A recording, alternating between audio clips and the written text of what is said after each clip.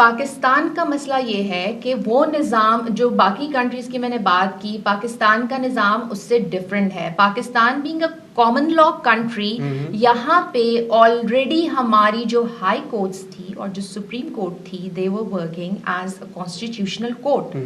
تو میں نے اس سے پہلے جو بات کی کہ وہ مقصد سمجھ نہیں آیا کہ اوور نائٹ آپ ایک لا میکنگ کر رہے ہو اور اس کو سیکرٹ جو سے نان ٹرانسپیرنٹ کر کے کر رہے ہیں، اس پہ بھی بہت سے سوالات ہیں. تو آپ نے بات کی کانسٹیٹیوشنل کورٹس کی. ہمارے ملک میں over millions of cases pending ہیں.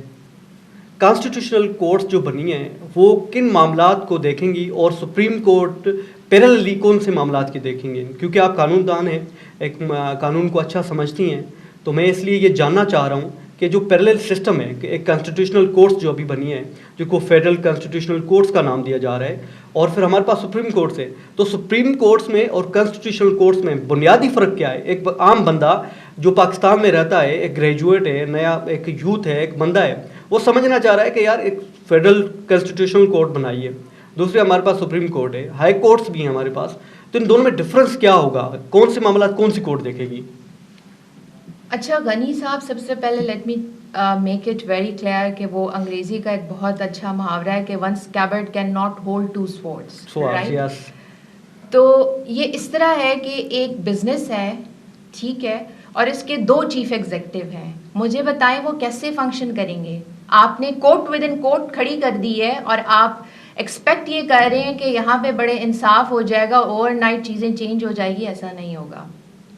تو آپ کے خیال میں آپ کہہ رہی ہیں کہ جو 2 ایگزیکٹوز بنائے ہیں ملک میں، تو وہ معاملات کو لے کے سموتھلی نہیں، وہ کمپلیکس ہوگا، ظاہری بات ہے چیزیں کمپلیکس ہوں گی. اور میں نے بتایا کہ کانسٹیٹیوشنل کورٹس ہمارے پاس، انفیکٹ لوور کورٹس کے پاس بھی سرٹن میٹرز میں وہ تھیں، ہائی کورٹس ہیں، پھر ہماری سپریم کورٹ تھی. تو اس کے پیرلل ایک اور دوسری اس میں جو سب سے امپورٹنٹ بات ہے کہ بیفور میکنگ دس ٹیبل کرنا تھا یہ جب بل، اس سے پہلے ضرورت کیا تھی؟ ضرورت تھی رولز فریم آؤٹ کرنے کے. You should have first make chalk out the rules کہ کیا ہوں گے، نہ کہ اب بعد میں جو پریشانیاں آ رہی ہیں کہ آیا جو اس کا bench formation of the bench ہوگا، اس میں اگر مجھے آپ بتائیں کہ اگر اس میں کوئی جج آتا ہے اور وہ اس کی he is not an expert of the constitutional law, تو وہ پھر it's again a question mark to the establishment of formation of the constitutional court. وہ چیز تو انہوں نے بتا دی ہے کہ جو آپ کانسٹیٹیوشنل کورٹ کا جو ہیڈ کریں گے وہ جج ہی ہوگا، ایک اس کی سپریم کورٹ کے لائک ایک جج ہوگا، وہی آ کے بنے گا سپریم کانسٹیٹیوشنل کورٹ کا ہیڈ. وہ تو بالکل بنے گا، اس سے میں بالکل متفق ہوں. لیکن میری بات آپ سمجھیں، جو میں کہہ رہی ہوں کہ ہمارے پاس سپریم کورٹ میں ایک جج تو ہوتا نہیں ہے. لائک وائز میں میرا مقصد یہ ہے کہ اگر ہاں اب اس کو اب جب یہ کانسٹیٹیوشنل کورٹ کا جو ہے بینچ کی اپوائنٹمنٹ وہ کون کرے گا؟ جوڈیشل کمیشن ہے باقاعدہ. That would be presided by the Chief Justice of Pakistan along with 13 member کی وہ کمیٹی ہے پوری، اور اس میں تو میجورٹی آپ کی گورنمنٹ کی ہے. تو it's more like what you wanted to control the hybrid جو یہ سسٹم تھا اس کو کنٹرول کرنے کے لیے. لیکن اس بات میں ڈس ایگری کرتا ہوں میں آپ کی بات سے. دیکھیں فیڈرل جو کانسٹیٹیوشنل کوڈ بنا ہے یا جو 26ویں آئینی ترمیم ہے، 26 کانسٹیٹیوشنل امینڈمنٹ جسے ہم کہہ رہے ہیں، اس کا جو مین پوائنٹ ہے وہ کچھ دن چلا تھا جی، جو سپریم کورٹ کا چیف جسٹس ہوگا وہ ایک کمیٹی بنائے گی جو کہ پارلیمنٹیرینس پہ محیط ہوگی. تو لیگل فریٹرنیٹی کو کیا مسئلہ ہے کہ وہ اس معاملے کو چلنے دیں؟ دیکھیں ہماری جتنی بھی high level high ranks appointments ہوتی ہیں، چاہے وہ آپ کے الیکشن کمیشن آف پاکستان کا ہیڈ ہو، نیب کا ہیڈ ہو، دوسرے ہیڈز ہوں یا چیئرمین بنو، تو وہ ایک کانسٹیٹیوشن وہ پریزیڈنٹ کے تھرو بنتے ہیں یا ایک کمیٹی کے تھرو بنتے ہیں. تو اگر کیا ہی مسئلہ ہے اگر ہم سپریم کورٹ کا جو چیف جسٹس ہے وہ ایک پارلیمنٹری کمیٹی کے تھرو بنا رہے ہیں؟ اچھا، ہماری کانسٹیٹیوشن کا ایک بہت امپورٹنٹ ایک آرٹیکل ہے، that is the trichotomy of powers. اگر آپ ایگزیکٹو کو اس میں لے آئیں گے کہ بھائی کس جج نے آ کے میری آئینی عدالت میں بیٹھنا ہے، تو پھر وہ جو concept of separation of powers ہے وہ کدھر گیا؟ تو اس طرح کے کافی ریزرویشنز ہیں، لیگل ریزرویشنز ہیں on the constitution 26th amendment. Pakistan میں ایک اور بھی سب سے بڑا مسئلہ ہے، ہم کہتے ہیں جی اکراس دا بورڈ اکاؤنٹیبلٹی ہونی چاہیے. آپ جس طرح سیاستدانوں کی اکاؤنٹیبلٹی کرتے ہیں، بھٹو صاحب کی ہوئی، بینظیر صاحبہ کی ہوئی، نواز شریف کی ہوئی، ابھی ہمارے عمران خان صاحب جیل میں ہیں، ٹرائل ہو رہا ہے، سب کچھ ہو رہا ہے. کیا مسئلہ ہو جاتا ہے جب ہم کسی فوجی جنرل کی یا ہم کوئی ایسے پاور کوریڈورس میں بیٹھے اس طرح کے بندے کی کوئی ٹرائل ہوتی ہے تو مسئلہ کیوں ہو جاتا ہے؟ سب سے پہلے تو مجھے یہ بتائیں کہ ان کا ٹرائل کس طرح ہوتا ہے اور کیا میکینزم ہے کسی بھی بڑے فوجی افسر جیسے فیض امین صاحب ہیں؟ دیکھیں، اس میں مسئلہ تو کوئی نہیں ہے. اس میں مسئلہ جو ہے نا وہ صرف ایک ہے کہ ابھی تک آپ کو کتنے معلومات ہیں کہ فیض حمید صاحب کے ساتھ جو ان کا ٹرائل ہے یا ان کا جو ملٹری ہے کسٹڈی میں ہے، کسی کو کچھ اس کی جو سیکریسی ہے نا، اور یہ پبلک ڈومین میں نہیں آیا. میں اور آپ اس میں کامنٹ کر سکتے ہیں جب یہ پبلک ڈومین میں آئے گا. ابھی تک تو ہمیں یہ پتا ہے، پاسٹ سم منتھس ہمیں یہ پتا تھا کہ پہلے ان کو کسٹڈی میں لیا گیا. آفٹر دیٹ ویسے تو جو ایز پر دا آرمی ایکٹ میں آپ کو تھوڑا سا بتاؤں کہ کیا جو فریم ورک کس طرح ہوتا یہ ہے کہ پہلے آپ کسٹڈی جو بھی کوئی ملٹری پرسنل ہے اس کو کسٹڈی میں لے کے اس کا کلوز اریسٹ اس کو کہتے ہیں، کنفائن ٹو اے روم جس میں ان کو ڈومیسٹک دیا جاتا ہے ایز پر دا آرمی ایکٹ 1952. اس کے بعد وٹ ہیپن جب پروسیکیوشن سبسٹانشیل ایویڈنس کلیکٹ کرتی ہے. آفٹر کلیکٹنگ ہم نے دیکھا کہ آفٹر ان کی اریسٹ کب سے ہے، اور ابھی ہم سن رہے ہیں کہ ان کا فیلڈ کورٹ مارشل شروع ہو رہا ہے، اور وہ جو قانون دان ہے میاں علی اشفاق صاحب وہ پرسو کر رہے ہیں. He is being the counsel named by general Faiz Hameed Sahab. تو اس میں پھر اس کے بعد ہوتا یہ ہے کہ ایک جو میجر جنرل ہیڈ کرتے ہیں جو ان کا یہ فیلڈ کورٹ مارشل ہے، along with a 4-member committee, and 4-member committee میں ایک اس کے ساتھ ہوتے ہیں جیک کے ممبر. جیک ہوتا ہے جی جج advocate of the law branch جو ہماری ملٹری کے ہیں، اور وہ ایکچولی ہی ایجوکیٹس اور کو گائیڈ لائن فریم ورکس دیتے رہتے ہیں. اب اس میں یہ بھی نہیں ہے کہ جیسے باقی کورٹس میں ہمارے ہیں کہ اگر اس کا فیصلہ آ جاتا ہے اور اس میں جو ایکیوزڈ ہے وہ ناراض ہے فیصلے سے تو اس کی اپیل بھی ہوتی ہے. اپیل اس کی لیفٹیننٹ جنرل کے پاس ہوتی ہے. تو یہ ایک پورا میکینزم ہے. ابھی اس پہ it's very early to comment on that. Secondly یہ ایک اب میں اور آپ بات کریں گے ہائپوتھیسس کے بنیاد پہ ہی باتیں کرتے ہیں. Let's wait till the conclusion کہ وہ کنکلوڈ ہو، فیکٹس آئیں، ہمیں پتہ چلے تو پھر ہی اس پہ کامنٹ کرنا اچھی بات ہے. لیکن کیا اس طرح کے جو ٹرائلز ہوتے ہیں ان کے فیکٹس پبلکلی شیئر ہوتے ہیں عوام کے ساتھ یا لوگوں کے ساتھ؟ بالکل ہونے چاہیے، بالکل ہونے چاہیے. ہم نہیں ہوتے ہیں، ہونے تو چاہیے. وہ آپ اور میں بات کرتے ہیں. وہ تو آپ مجھے بتائیں نا. ابھی تک یہی آپ نے ایڈمٹ کیا کہ ابھی تک you are ignorant of what's been happening. ان کو اریسٹ کیا. لیکن دنیا کی بڑی بڑی ڈیموکریسیز میں اس طرح ہی ہوتا ہے. جو فوجی اس طرح کے ٹرائل چلتے ہیں، چاہے انڈیا ہو، ہم نے دیکھا ہے پچھلے کافی سالوں سے انڈیا میں ٹرائل چلتے ہیں، یو ایس میں چلتے ہیں، ریسنٹلی ہم نے دیکھا کہ ساؤتھ کوریا میں بھی چلا، لیکن وہ تو سارے سیکرٹ ہوتے ہیں. تو ہمارے پاس اگر کوئی ٹرائل سیکرٹ ایکٹ کے تحت چلتا ہے پاکستان میں تو ہمیں کیا مسئلہ ہے؟ لیگل فریٹرنٹی کو اتنا مسئلہ کیوں ہے؟ نہیں اس میں یا ایک انفارمڈ جو پبلک ہے، جو دوسرے لوگ ہیں، ان کو کیا مسئلہ ہے کہ اگر وہ سیکرٹلی چلتے ہیں چیزیں؟ دیکھیں وہ جب پھر فیصلہ آتا ہے نا تو اس میں وہ کہتے ہیں فیصلے کبھی منشا اور مرضی سے چلنے والے کورٹ کو ہمیشہ جو ہے نا وہ ٹرانسپیرنسی کا جو ایلیمنٹ ہے اس کو اگنور نہیں کرنا چاہیے، کیونکہ وہ فیصلہ پھر بذات خود بڑا کنٹروورشل ہو جاتا ہے. کہ اگر مجھے کچھ پتہ نہیں ہے اور سارا کچھ بند دروازوں کے پیچھے کر کے آپ نے ایک بندے کو مجرم سزا دے دی ہے تو وہ جو چیز ہے نا وہ پھر اسٹرائک نہیں کرتی. تو آپ فیض حمید کے ٹرائل کو آگے کیسے دیکھتی ہیں؟ آپ کو کیا سمجھ آتی ہے کہ پاکستان میں اس طرح کے ٹرائلز ایک ایسی ایجنسی جس پہ پوری سیکیورٹی ہماری منحصر ہوتی ہے، تو اس طرح کے ہیڈ کے ساتھ اس طرح کے ٹرائلز ہونے چاہیے؟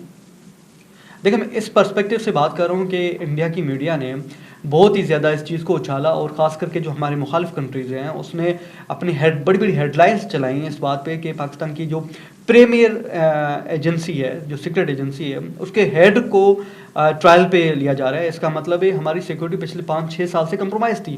تو کیا اس کو اس طرح ہمارے جو ہیڈس ہیں ان کا ٹرائل ہونا چاہیے؟ ڈیورنگ دا سروس چیزیں کیوں نہیں ہوتی، یا آفٹر سروس کیوں چیزیں باہر ظاہر ہوتی ہیں؟ دیکھیں، آپ کے سوال میں ہی آپ کا جواب ہے کہ ڈیورنگ سروس کیوں نہیں ہوتی، پوسٹ ریٹائرمنٹ کیوں ہوتی ہے. تو مے بی دیر بھی ایٹ بیک اینڈ پہ وہ لیکن غنی صاحب بات یہ ہے کہ اٹس سبجوڈس میٹر، وہ آلریڈی ان کے پاس چل رہا ہے.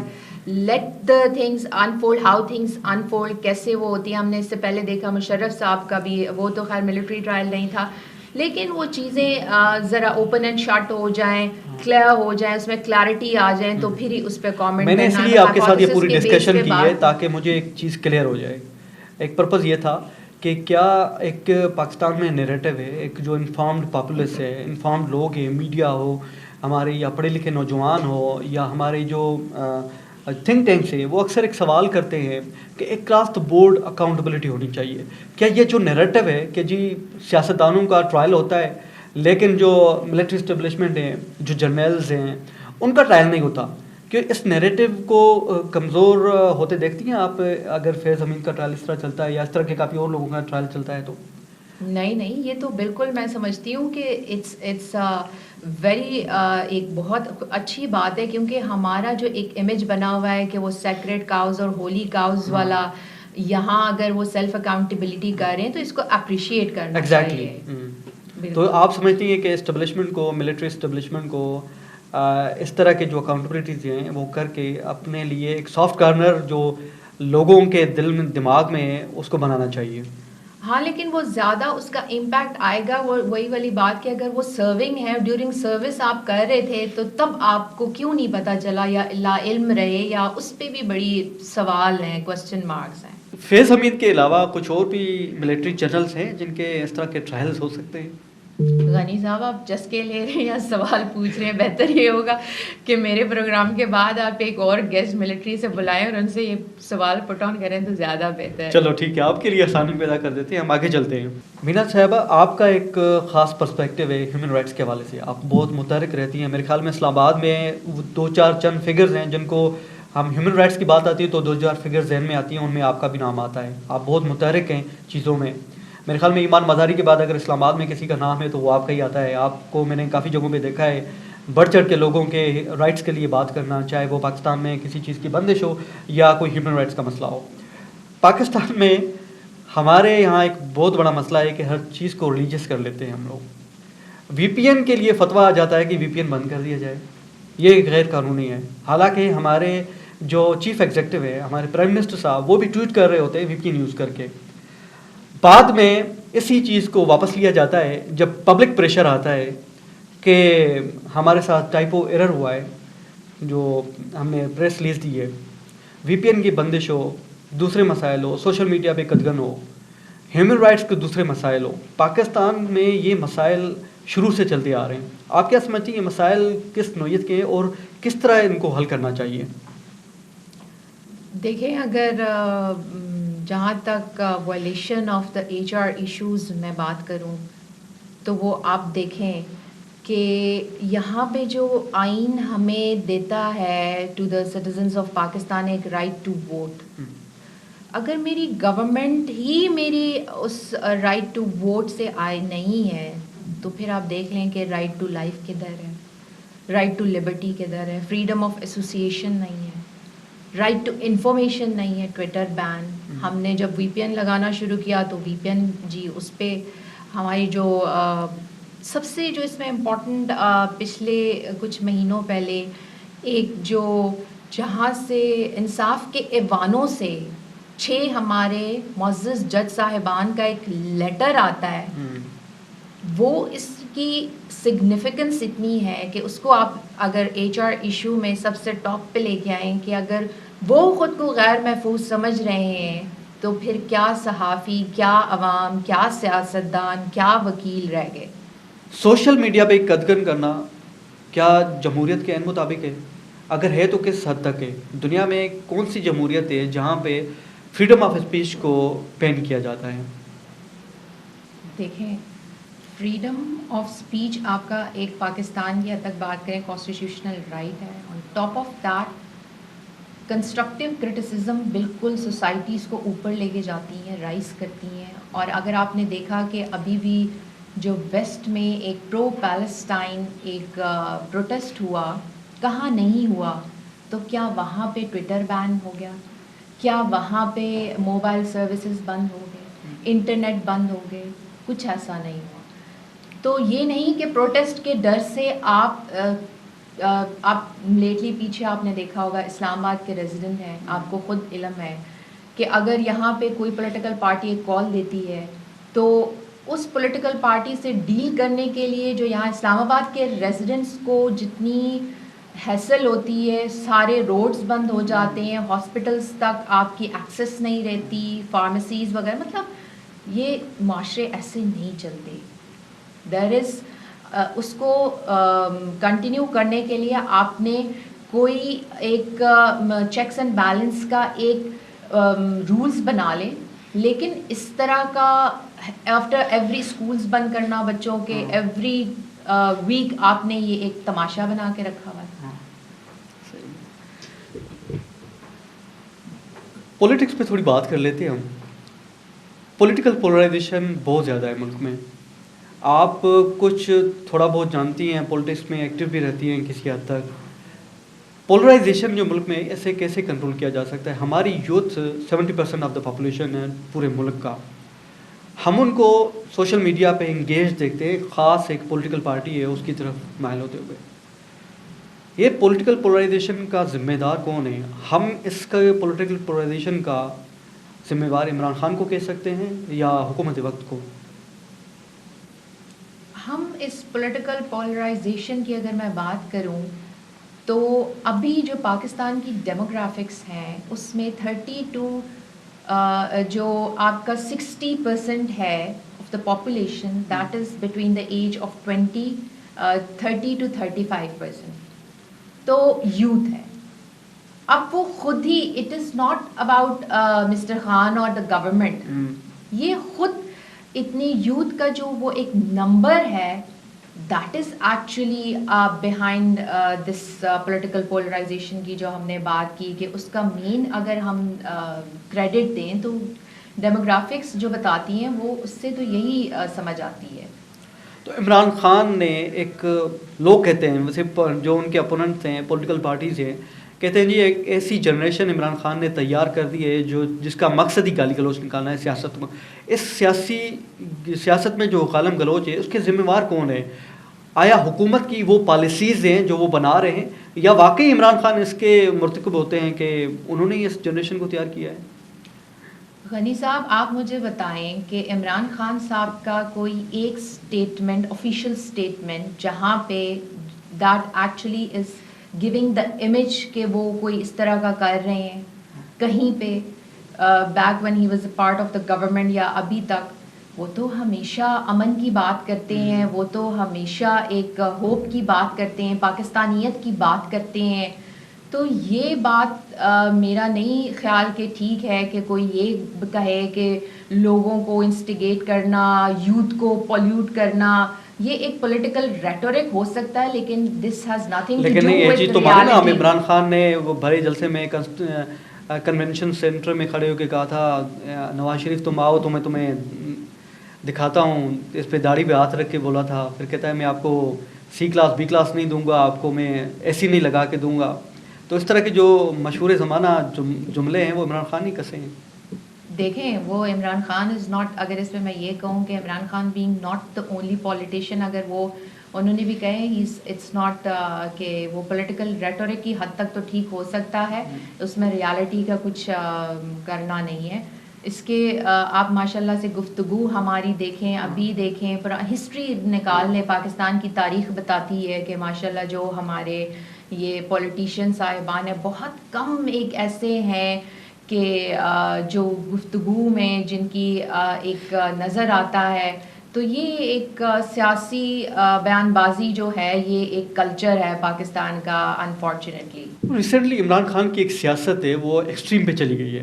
آپ دیکھیں 26 نومبر کے واقعات ہوں یا وزیر آباد کے بعد والے جو واقعات ہوئے ہیں عمران خان کے ساتھ, تو وہ کسی کی نہیں سن رہے. وہ ہر چیز کو انہوں نے جیسے بولتے ہیں انہوں نے ساری کشتیاں جلا کے انہوں نے لوگ آگے کر دیے اور پاکستان میں افراتفری ہے. آپ کیا سمجھیں یہ طرز سیاست صحیح ہے؟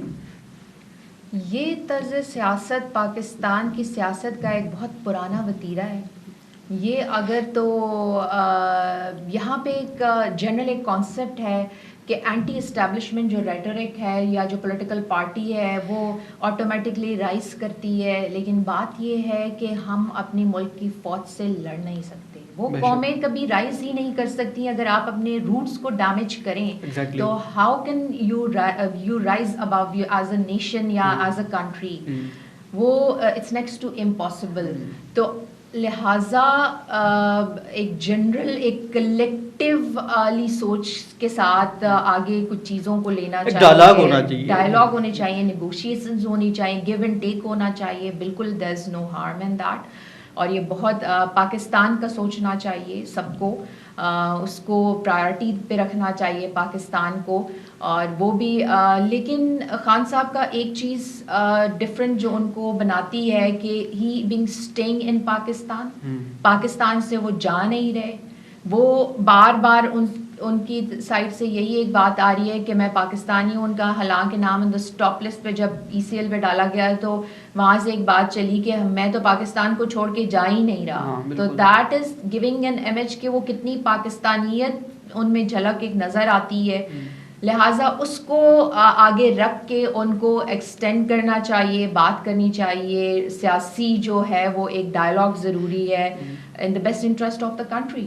محترمہ بینا شاہد صاحبہ, آپ کا بہت شکریہ وقت دینے کے لیے. ناظرین, اس ساری گفتگو کے بعد میں یہ ضرور کہنا چاہوں گا, تندیے باد مخالف سے نہ گھبرا اے عقاب, یہ تو چلتی ہیں تجھے اونچا اڑانے کے لیے. ملاقات ہوتی ہے کسی اور سیگمنٹ کے ساتھ.